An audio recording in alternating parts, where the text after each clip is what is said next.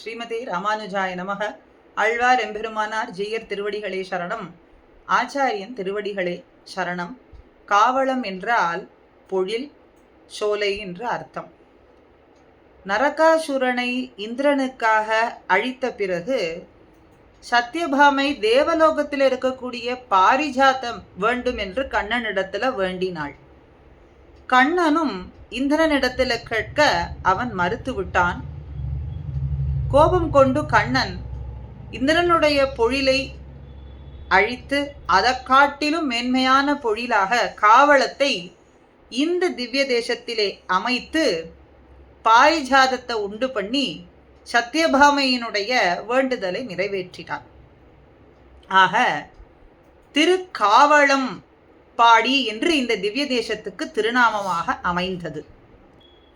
தமக்கு ஏற்றதான காவளத்தை இந்த க்ஷேத்திரத்திலேயே அமைத்து கொண்ட துவாரகாதீசனான கண்ணனே இங்கே எழுந்தருளி இருப்பதாக சொல்லப்படுகின்றது.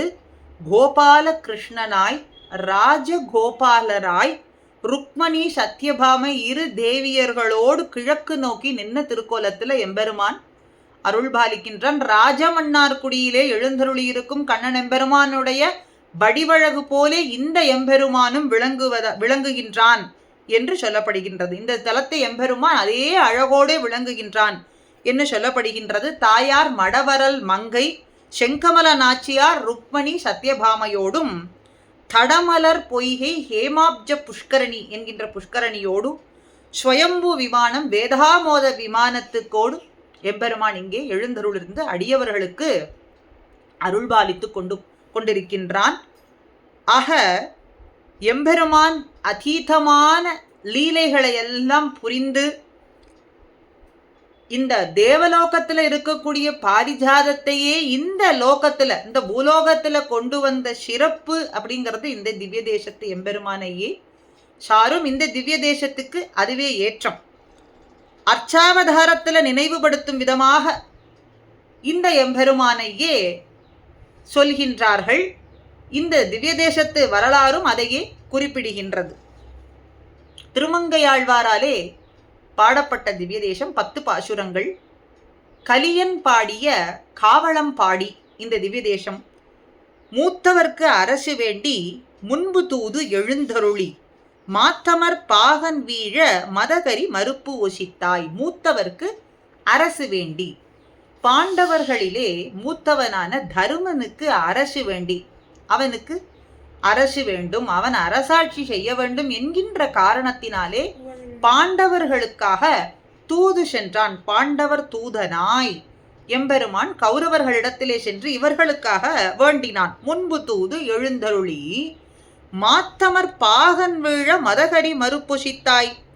ஆக பாண்டவர் தூதனாய் சென்றவன்தான் முன்பொரு சமயத்தில கம்சனாலே ஏவப்பட்டிருந்த மதமூட்டப்பட்டு வைத்திருந்ததான குவலையா பீடம் என்கின்ற யானையை, மதம் கொண்ட யானையை அதனுடைய கொம்பை பறித்தே அதை முடித்தவன். மறுப்பு ஒசித்தாய். அமர்ந்திருந்த பாகனும் கீழே விழுந்து அழியுமாறும் செய்தவன் அவனே. ஆக மத யானையின் கொம்பு பறித்து அதை அழித்து பாகனையும் கொன்று விளங்கும்படிக்கு செய்தவன் அந்த எம்பெருமான் தான். பூத்தமர் சோலை ஓங்கி புனல் பறந்து ஒழுகு நாங்கை காத்தனே காவளந்தன் பாடியாய் களைகன் நீயே.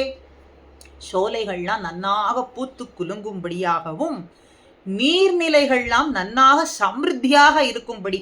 சோலைகள்லாம் நன்னாக விளங்குகின்றதுன்னா என்னது? நீர்நிலம் மிகுதியாக இருக்கின்றதுன்னு அர்த்தம்.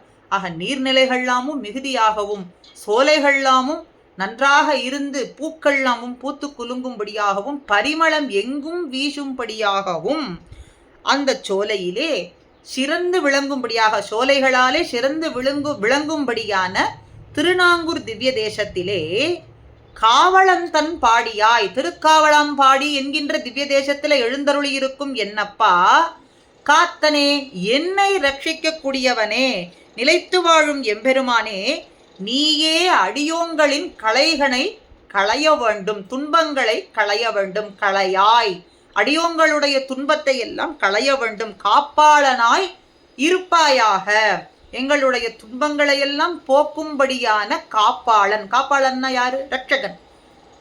அடியவர்களை காக்கும்படியான ரட்சகனாய் திருக்காவளம்பாடியிலே எழுந்தருளியிருக்கும் கண்ணனே என்று பிரார்த்திக்கிறார். ஆக திருக்காவளம்பாடியிலே நிலைத்து வாழும் எம்பெருமானே, அடியார்களுடைய காவலனாய் நீ இருப்பாயாக. காவளம்பாடியிலே காப்பாளனாய், காவலனாய் இருப்பாயாக. திருமங்கை ஆழ்வார்னுடைய மங்களாசாசனம். பிள்ளைபெருமாள் ஐயங்கார் செப்பேன் மனிதருக்கு என் செஞ்சொல் தமிழ் மாலை. மனிதருக்குன்னு ஒரு பாட்டா? மனிதரை புகழ்வதா? இந்த பூலோகத்துல மனிதர்களை என்னுடைய தமிழ் இன்சொல்லாலே செப்பேன், சொல்ல மாட்டேன். மனிதருக்குன்னு சொல்ல மாட்டேன். கைப்பேன் பிற தெய்வம் காண்பாரை, பிற தெய்வத்தை பூஷிப்பவரை, பிற தெய்வத்தை கொண்டாடுபவரோடு சேரமாட்டேன். வேறு என்ன செய்வேன்? எப்போதும் காவளம் பாடி திருமால் கால் தாமரை தொழுது நாவளம் பாடித் திரிவேன் நான். காவளம் பாடியிலே எழுந்தருளியிருக்கும் எம்பெருமானுடைய திருநாமத்தை நாவார பாடி திரிந்து கொண்டு இருப்பேன். அதை மாத்திரமே செய்வேன்கிறார். திருக்காவளம்பாடி என்னும் திவ்ய தேசத்து எம்பெருமானை என் நாவினாலே எப்பொழுதும் பாடி திரிவேன். இந்த நாவு படைத்த பிரயோஜனம் என்பது எம்பெருமானுடைய நாமத்தை சொல்லுவது. ஆக அந்த நாப்படைத்த பிரயோஜனம் அடைவேன். திருக்காவளம் பாடி தன்னாய், திருக்காவளந்தன் பாடியாய் காத்தனே என்று சொல்லும்படியாய் எப்பொழுதும் அவருடைய நாமத்தை சதா சொல்லிக் கொண்டிருப்பேன். மற்ற தெய்வங்களை தொழுபவர்களோடு சேரமாட்டேன். மனிதர்களையும் செஞ்சொல் தமிழ் சொற்களாலே புகழவும் மாட்டேன், ஒரு பொழுதும் செய்ய மாட்டேன். காவளம் பாடி எம்பெருமானையே சதா துதித்து கொண்டிருப்பேன் அப்படின்னு சொல்றார்.